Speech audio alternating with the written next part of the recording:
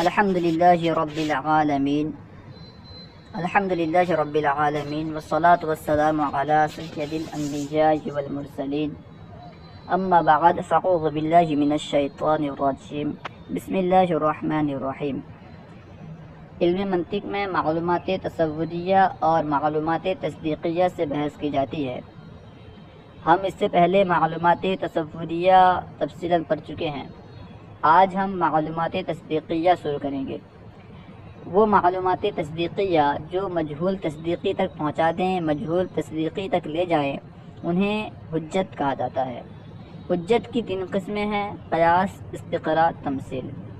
قیاس کی تعریف: قیاس اس قول کو کہتے ہیں جو چند ایسے قضایا سے مرکب ہو کہ جنہیں ماننے کے بعد ایک دوسرا قضیہ ماننا لازم آئے۔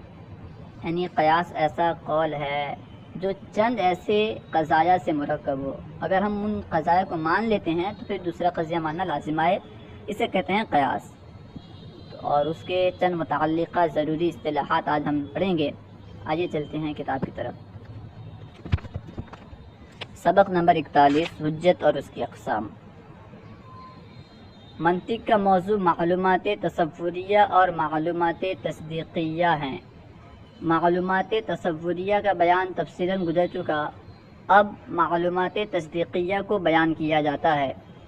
وہ معلومات تصدیقیہ جو مجہول تصدیقی تک پہنچا دیں انہیں حجت کہتے ہیں، اور اس کی 3 قسمیں ہیں: نمبر 1 قیاس، نمبر 2 استقراء، نمبر 3 تمثیل۔ قیاس کا بیان، یہاں قیاس کی تعریف بیان کر رہے ہیں۔ قیاس کی تعریف: ہوا قول مؤلف من قضایا یلزم عنہا قول آخر بعد تسلیم تلک القضایا۔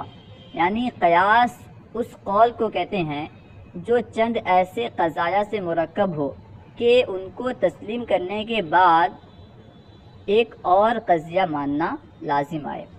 جیسا کہ مثال دے رہے ہیں، ہر سنی مومن ہے، ایک قضیہ، اور ہر مومن نجات پانے والا ہے، دوسرا قضیہ۔ ان دونوں کو تسلیم کرنے کے بعد ہمیں ماننا پڑتا ہے کہ ہر سنی نجات پانے والا ہے۔ جب ہمیں یہ معلوم ہے کہ ہر سنی مومن ہے اور یہ بھی معلوم ہے کہ ہر مومن نجات پانے والا ہے، تو جب ہم انہیں ترتیب دیں گے تو یہ بھی معلوم ہو جائے گا کہ ہر سنی نجات پانے والا ہے۔ قیاس کی اقسام کا تفصیلی بیان آگے آئے گا، اس سے پہلے چند ضروری اصطلاحات کو بیان کیا جاتا ہے۔ قیاس کے بارے میں تفصیلی بیان آگے بیان کریں گے، یہاں پہ بس چند ضروری اصطلاحات بیان کر رہے ہیں۔ آئیے پڑھتے ہیں۔ قیاس کے متعلقہ چند ضروری اصطلاحات۔ مقدمات قیاس۔ مقدمات قیاس کسے کہتے ہیں بیان کر رہے ہیں: جن قضایا سے قیاس مرکب ہوتا ہے انہیں مقدمات قیاس کہا جاتا ہے۔ جن قضایا سے قیاس مرکب ہوتا ہے، قیاس بنتا ہے، انہیں مقدمات قیاس کہا جاتا ہے۔ جیسے مثال دے رہے ہیں، العالم متغیر، پہلا قضیہ، وکل متغیر حادث، دوسرا قضیہ۔ نتیجہ نکلے گا العالم حادث، یعنی عالم بدلنے والا ہے، متغیر ہے، اور ہر متغیر چیز جو بھی بدلنے والی چیز ہو وہ حادث ہوتی ہے، لہٰذا عالم بھی کیا ہے؟ حادث ہے۔ اس مثال میں العالم متغیر اور کل متغیر حادث 2 قضایا ہیں جن سے قیاس مرکب ہے۔ یہ قضایا مقدمات قیاس کہلائیں گے کیونکہ قیاس ان سے مرکب ہے۔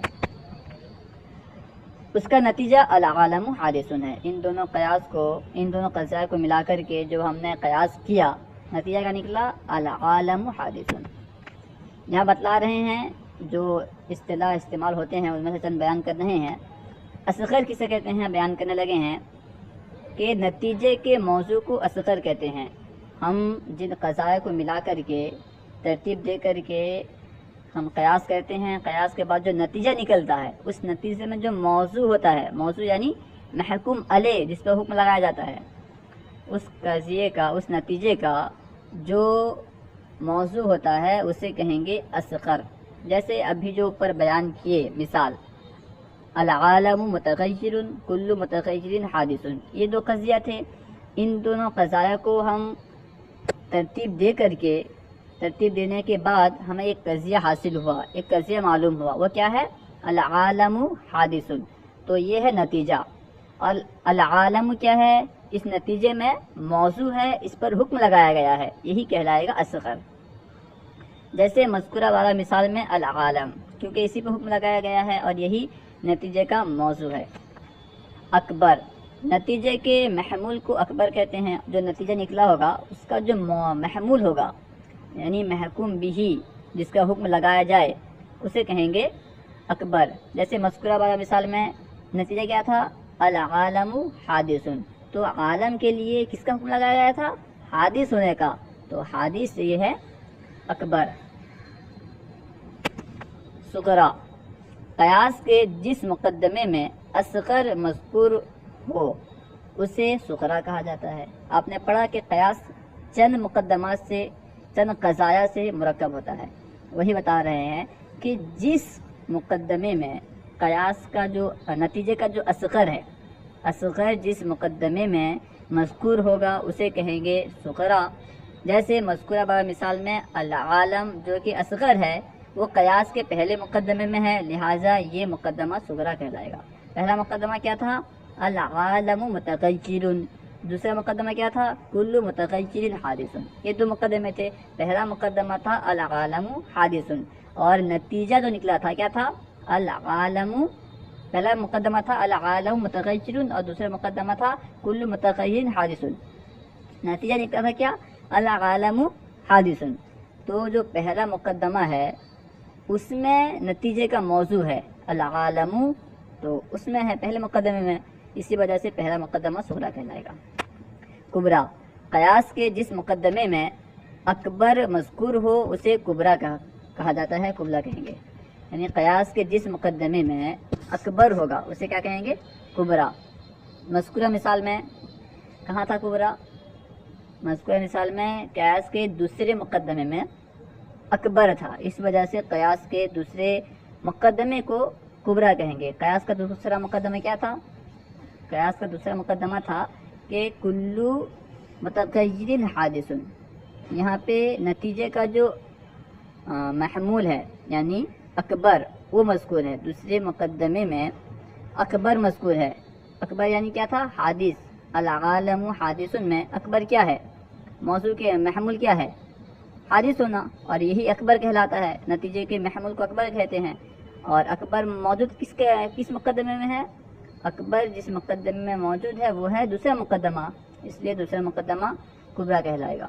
دیکھیں، قیاس کے جس مقدمے میں اکبر مذکور ہو اسے کبرا کہا جاتا ہے۔ جیسے مذکورہ مثالوں میں جادت حادث، مذکورہ مثال میں حادث جو کہ اکبر ہے اور قیاس کے دوسرے مقدمے میں موجود ہے، لہٰذا یہ مقدمہ کبرا کہلائے گا۔ اکبر دوسرے مقدمے میں موجود ہے، اس وجہ سے دوسرا مقدمہ کبرا کہلائے گا۔ حد اوسط کسے کہتے ہیں بیان کر رہے ہیں؟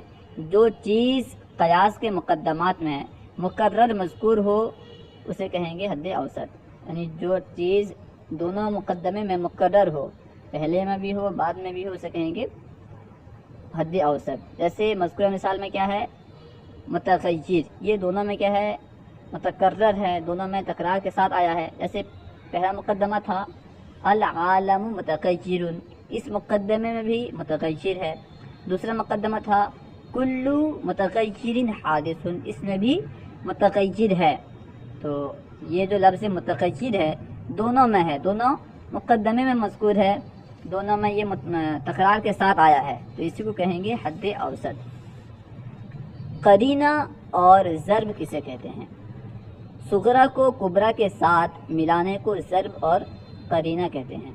صغرا کو کبرا کے ساتھ، یعنی جس مقدمے میں اصغر ہو اور جس مقدمے میں اکبر ہو، ان دونوں کو ملانے کو کیا کہتے ہیں؟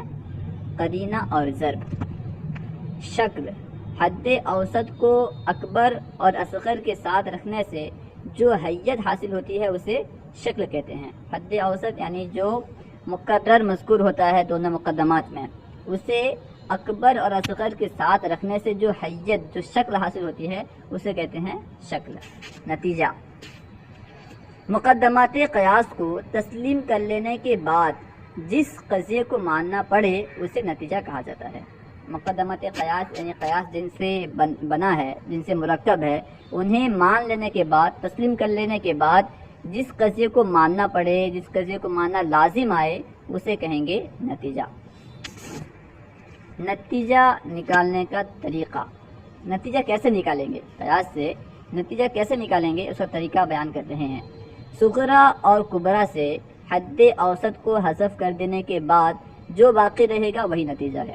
صغرا اور کبرا دونوں میں سے حد اوسط کو حذف کر دینا ہے، بس حد اوسط کو حذف کرتے ہی نتیجہ نکل جائے گا۔ مثال دیکھیں، جیسے العالم متغیر، مثال دے رہے ہیں کہ عالم متغیر ہے، جو اوپر مثال دے تھے وہ یہاں دے رہے ہیں، عالم متغیر ہے اور ہر متغیر چیز حادث ہے۔ اس میں سے حد اوسط متغیر کو حذف کر دینے کے بعد عالم حادث ہے یہ بچے گا اور یہی نتیجہ ہے۔ دو مقدمے کیا ہیں؟ دو قضیے کیا ہیں؟ عالم متغیر ہے ایک قضیہ، دوسرا قضیہ ہوا ہر متغیر چیز حادث ہے۔ تو یہاں پہ حد اوسط کیا ہے؟ متغیر، کیونکہ وہ پہلے مقدمے میں بھی آیا ہے اور دوسرے مقدمے میں بھی آیا ہے، دونوں میں مذکور ہے، تو اس لیے کیا ہوا؟ متغیر حد اوسط ہوا۔ تو ہم متغیر کو ہٹا دیں گے تو باقی رہے گا کیا؟ عالم حادث ہے، یہی نتیجہ کہلائے گا۔ صلو علی الحبیب صلی اللہ تعالی علی محمد۔